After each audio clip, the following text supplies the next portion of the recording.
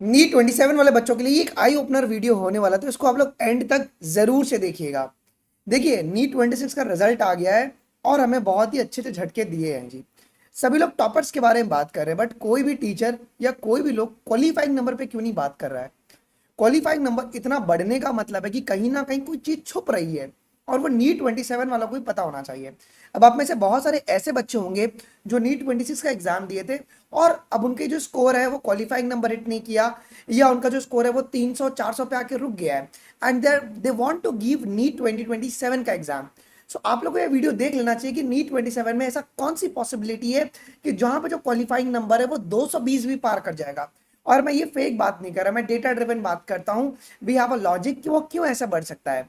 सबसे पहले ये समझिए, अगर आप लोग नीट 27 की तैयारी कर रहे हैं और अगर आप एक ड्रॉपर है ना, तो आप लोग के लिए ना एक रियलिटी चेक है। मुझे ना पहले आप लोग कमेंट में ईमानदारी से बता देना, आपको सर कॉन्सेप्ट तो सब आता है ना, आप लोगों को टॉपिक्स अच्छे से आते हैं, आपको ये पता है लॉस क्या है, फॉर्मूला क्या है, उस फॉर्मूले के एप्लीकेशंस क्या है, आपको सब पता है।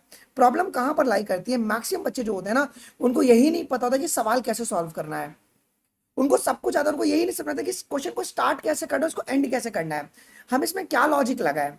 और यही रीजन है कि 99% बच्चों का सिलेक्शन नहीं होता है, और यही रीजन है कि 99% जो ड्रॉपर है वो इसी ड्रॉपर के लूप में फंस जाते हैं, बाद में बीएससी एमएससी करते हैं, और ये टीचर कोई बात नहीं करता है इसके बारे में, जो कि करना चाहिए सभी को।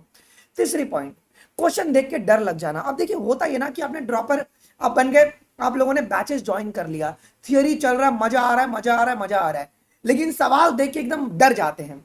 ये होता है, और ये एक दो नहीं तीन तीन जो साल जो ड्रॉप लेते हैं ना, उनके साथ भी ये होता है। इवन एनडीए ने भी इस बार बोला है कि 90% जो बच्चे हैं वो सिंगल टाइम फ्रेशर है जिनका एग्जाम क्रैक हुआ है।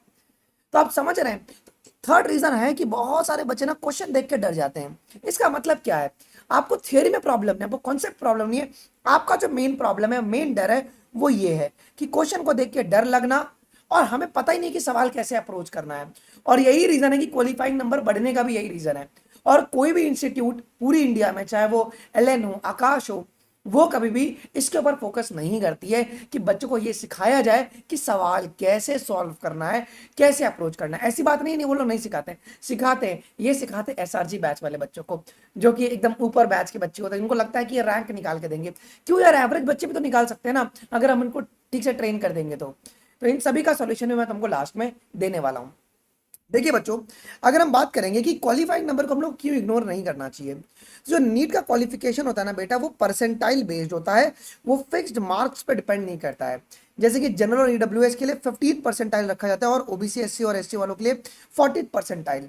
अब इसका मतलब क्या है, समझिए कि 20 लाख बच्चे पेपर दिए, अगर 20 लाख में से 10 लाख लोगों ने अच्छा स्कोर किया है, तो उसके बाद ही तुम्हारी क्वालिफाइंग नंबर बनती है। तो क्वालिफाइंग नंबर कोई भी एडवांस में डिसाइड नहीं होती है। तो इसका मतलब वही है क्या, higher overall student performance is equal to higher qualifying marks.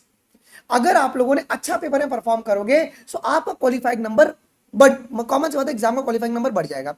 अब अगर हम एग्जाम्पल लेते हैं नीट 26 का जी, हुआ क्या, बायोलॉजी को ज्यादा स्कोरिंग बना दिया, very very very very very scoring बना दिया। मतलब बच्चों के इजीली जो है वो 200 क्रॉस हो रहे थे, एवरेज बच्चे के भी 200 क्रॉस हो रहे थे, ठीक है। उन्होंने क्या किया, केमिस्ट्री और फिजिक्स को उन्होंने टफर साइड में डाल दिया, ठीक है। अब देखिए हुआ क्या, पूरा मैं माजरा समझाता हूं। अब बच्चे ने, एक एवरेज बच्चे ने समझिए कि 250 स्कोर किया, 250 स्कोर किया, ठीक है, लेकिन उसने फिजिक्स केमिस्ट्री क्वेश्चन को अटेम्प्ट करके अपनी नेगेटिव मार्किंग करवा ली, नेगेटिव मार्किंग करवा ली, तो इसका ओवरऑल जो स्कोर है वो अंडर 200 चला गया। तो ये तो भाई डिस्क्वालीफाइड हो गया, क्वालिफाई नहीं हुआ। ऐसे लाखों अगर रेंज में हुआ रहेगा तो कॉमन सी बात है कि बहुत सारे ऐसे बच्चे होंगे, और ये मैं डंके की चोट पे कह सकता हूं कि बहुत सारे ऐसे बच्चे होंगे जिनके 214 और 215 मार्क्स होंगे, मतलब दे आर जस्ट क्वालिफाइड, एक नंबर से उनका क्वालिफिकेशन बढ़ा है, और ये नंबर लाखों में होगा, क्योंकि बायोलॉजी में उन्होंने अच्छा स्कोर किया, बहुत ज्यादा स्कोर किया है, और फिजिक्स और केमिस्ट्री में नेगेटिव मार्किंग की वजह से उनके नंबर कम हुए, लेकिन अभी भी जो मैक्सिमम जो नंबर है पुलिंग है, वो तुम्हारे पास इस नंबर में। अगर क्वालिफाइंग नंबर अगर इतना बढ़ा तो सर टॉपर के रैंक्स क्यों नहीं बढ़े। तो उन्होंने वो फिजिक्स और केमिस्ट्री को उन्होंने टफर साइड में रखा था, जो कि टॉपर के रैंक को उन्होंने कंट्रोल करवा लिया, और यहां पे उन्होंने क्वालिफाइंग नंबर को कंट्रोल करवा लिया। और ये अब एग्जाम का अगले साल भी मूड होगा क्योंकि क्या है ना कि नंबर ऑफ एस्पायरेंट्स बहुत बढ़ गए हैं, लेकिन मेडिकल सीट्स उतने स्पीड में नहीं बढ़ रही है। तो सरकार का ये प्लानिंग है, they are moving in this approach only, कि जिस तरीके से उनके ऊपर ब्लेम भी ना है कि सभी के 720 आ गए, और ये भी कोई ना बोले कि क्वालिफाइंग नंबर जो एकदम कम क्यों चला गया। और ये वही ट्रेंड आपके पास शो हो रहा है जी, इसी वजह से परसेंटाइल आपका बढ़ा हुआ है। अब नीट 27 के लिए सर क्वालिफाइंग नंबर क्या होगा, और मैं डेटा बेस प्रोजेक्शन के बारे में बात करूंगा। अगर पेपर के लोग डिफिकल्ट रखते हैं सो क्वालिफाइंग नंबर 170 से 170, क्योंकि ओवरऑल परफॉर्मेंस पेपर का गिर जाएगा। अगर ये लोग मॉडरेट रखते हैं पेपर को तो 170 से 205 के बीच में क्वालिफाइंग नंबर जा सकता है।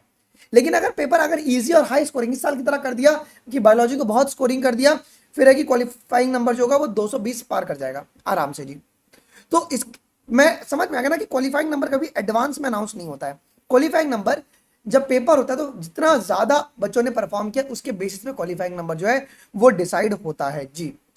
मैं आप लोगों को एक ही बात बोलूंगा क्या, कि आप लोग है ना बेटा सिर्फ क्वालिफाई करने के लिए मत तैयार कीजिए, आप लोग तैयारी कीजिए कि आप लोग का सिलेक्शन हो जाए। इसके लिए आपको डेली एमसीक्यूज प्रैक्टिस करने होंगे, इसके लिए आपको डेली जो होगा कंप्यूटर बेस्ड अभी टेस्ट शुरू कर दो, क्योंकि नीट 27 पूरा का पूरा कंप्यूटर बेस्ड होने वाला है।